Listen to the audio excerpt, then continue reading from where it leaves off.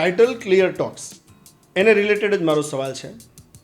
કારણ કે મારી પ્રોપર્ટી લેતી વખતે એક મિત્રએ મને સહજ સવાલ પૂછ્યો, તારી પ્રોપર્ટી છે એ ટાઇટલ ક્લિયર છે? હવે મને સમજણ જ નહોતી કે આ છે શું. સામાન્ય લોકો આ ટાઇટલને કેવી રીતે સમજે? મોટા ભાગના કેસમાં જે આ ગેરસમજ છે ને, એક નાનકડી એવી ફીથી ક્લિયર થઈ જાય છે. દાખલા તરીકે કોઈક વ્યક્તિ છે, એમણે એવું વિચાર્યું કે મારે ઘર લેવું છે. એટલે સ્વાભાવિક છે કે એની અંદર જે પ્રશ્નો હોય એ એમને અનુભવ પણ ના હોય ને જાણતા પણ ના હોય. તો એમને શું કરવું જોઈએ? તો શરૂઆત એમ ક્યાંથી કરે કે ભાઈ કોઈ ડેવલપમેન્ટ એરિયા હોય ત્યાં જે સાઇટોનું બાંધકામ થતું હોય ત્યાં જઈને પૂછે તો કે ભાઈ તમને હું આ 1 BHK 2 BHK 3 BHK ફ્લેટ છે એમાં આટલા રૂપિયાનું છે, એમાં તમારું બજેટ હોય એ પ્રમાણે હું ચર્ચા કરું. તો કોઈ વ્યક્તિ એમ કે ભાઈ મારું 3 BHKનું બજેટ છે 50 થી 60 લાખ રૂપિયા 70 લાખ રૂપિયા જે હોય તે. પછી એના સ્પેસિફિકેશન જુએ કે ભાઈ એક ફ્લોર પર કેટલી લિફ્ટો છે, એક ફ્લોર પર કેટલા મકાન છે, તમે કઈ બાબતોનું કન્સ્ટ્રક્શનની અંદર ક્વોલિટી આપો છો, ટાઇલ્સ કઈ નાખો છો, પથ્થર કયો નાખો છો, વગેરે જે વસ્તુઓ ઓફિસમાંથી તમને સમજાવવામાં આવે. પણ એ વસ્તુ ફિઝિકલ વસ્તુ છે અને બાહ્ય વસ્તુ છે. ખરેખર સમજવા જેવી વસ્તુ છે આંતરિક વસ્તુ. એટલે જે બિલ્ડિંગ બની રહ્યું છે એ જમીનનું ટાઇટલ, એવો તમે સવાલ સરસ મને પૂછ્યો. હવે પહેલાં તો તમારે એ વસ્તુને સમજી જ લેવાની છે કે કોઈ પણ રેવન્યુ ઓથોરિટીએ એને બાંધકામ કરવાની વિકાસ પરવાનગી આપી હોય એટલે ઓલમોસ્ટ કેસમાં એ જમીન ટાઇટલ ક્લિયર હોય જ. ખાસ કરીને એની અંદર કોઈના હક જીવતા ન હોવા જોઈએ. એ જમીનને પ્રોપરલી બિનખેતી કરેલી હોવી જોઈએ. બિનખેતી થયેલી જમીન ઉપર જે તે સંસ્થા હોય, જેમ કે અમદાવાદ છે તો એની અંદર 2 સંસ્થા છે, અમદાવાદ મ્યુનિસિપલ કોર્પોરેશન અને ઓડા. ગાંધીનગર છે તો એની અંદર ગુડા છે, સુરત છે તો સુડા છે, રાજકોટ છે તો રૂડા છે. તો આવી બધી સંસ્થાઓ એને વિકાસ પરવાનગી આપે અને એ સ્પેસિફિકેશનના આધારે એમને વિકાસ પરવાનગી આપે. અને એ જ વિકાસ પરવાનગી લઈ અને હવે તો સરસ મજાનું ગુજરાત સરકારે અને ભારત સરકારે રેરાની સ્થાપના કરી છે. તો એ રેરામાં એમને નોંધણી કરાવવાની હોય. પછી એમનો રેરા નંબર જે હોય એ એમની ઓફિસમાં અથવા તો સાઇટની આગળ એમને લગાવવાનો હોય. અને એ રેરા નંબરના આધારે એ ગુજરાત રેરાની વેબસાઇટ ઉપર તમે એ બિલ્ડિંગની અથવા એ સાઇટની સંપૂર્ણ માહિતી, એમાં ખાસ કરીને તમને નવાઈ લાગશે કે પ્રમોટર જે હોય ને એની વ્યક્તિગત અને અંગત વાત પણ ત્યાં હોય.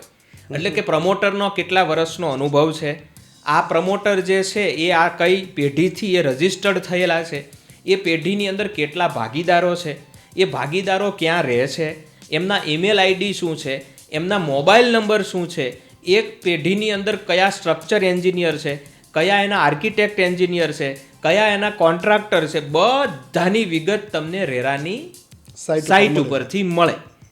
હજી મારી વાત ત્યાં પૂરી નથી થતી.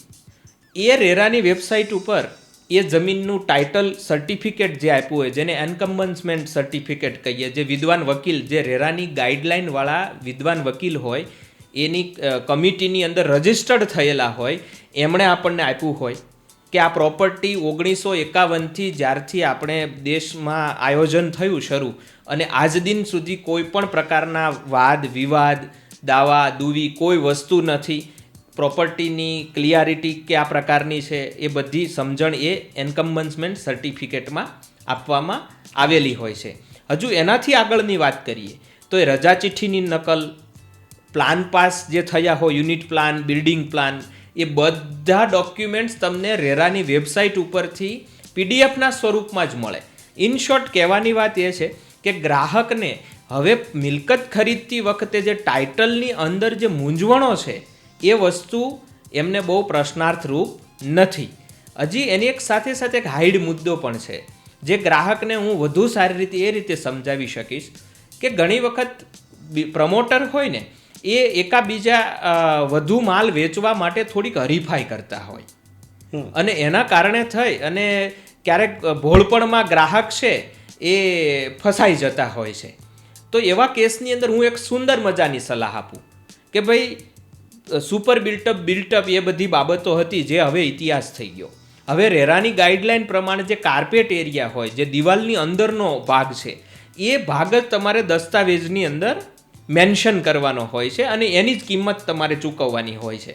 તો ત્યારે આવા સમયે તમને નવાઈ લાગશે કે લગભગ તમે 5,000 જેવી નજીવી ફી કોઈ લોયરને તમે આપો ને, કે ભાઈ હું કોઈક એક સાઇટ ઉપર મને આ ફ્લેટ ગમે છે અને મને આ મકાન ખરીદવું છે, તો તમે મને આ ડીલ કેવી રીતે કરવી અને સેલ ડીડ સુધીની અને પોઝેશન સુધીની શું શું જવાબદારી હોય, તો એ તમને પ્યોરલી સમજ આપશે.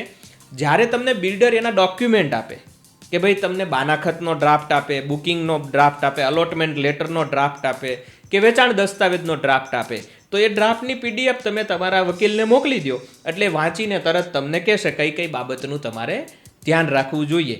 પછી જવાબદારી બધી એ વકીલની થઈ જાય, કારણ કે એમની ઓફિસની અંદર એ જ પ્રોપર્ટીને અનુલક્ષીને જે કંઈ સરકાર દ્વારા જે માહિતી આપવામાં આવી છે વેબસાઇટની ઉપર, એ તમામ માહિતીઓને એ ચેક કરશે, એનું ટાઇટલ પણ ફરીથી ચેક કરશે, એની તમામ નોંધો પણ ફરીથી ચેક કરશે.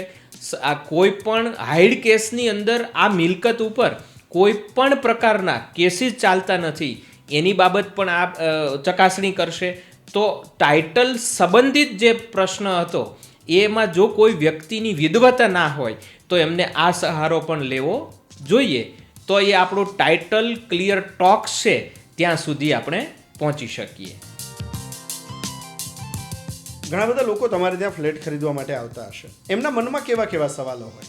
તો પહેલો સવાલ એનો એ જ હોય છે કે ભાઈ તમે અમને પોઝેશન ક્યારે આપશો. પછી સૌથી સારામાં સારો સવાલ જો કોઈ ગ્રાહકો પૂછતા હોય તો આવીને પૂછે કે તમે રેરાના સભ્ય છો, કે ભાઈ અમને કેટલા વારનું તમે મકાન આપશો,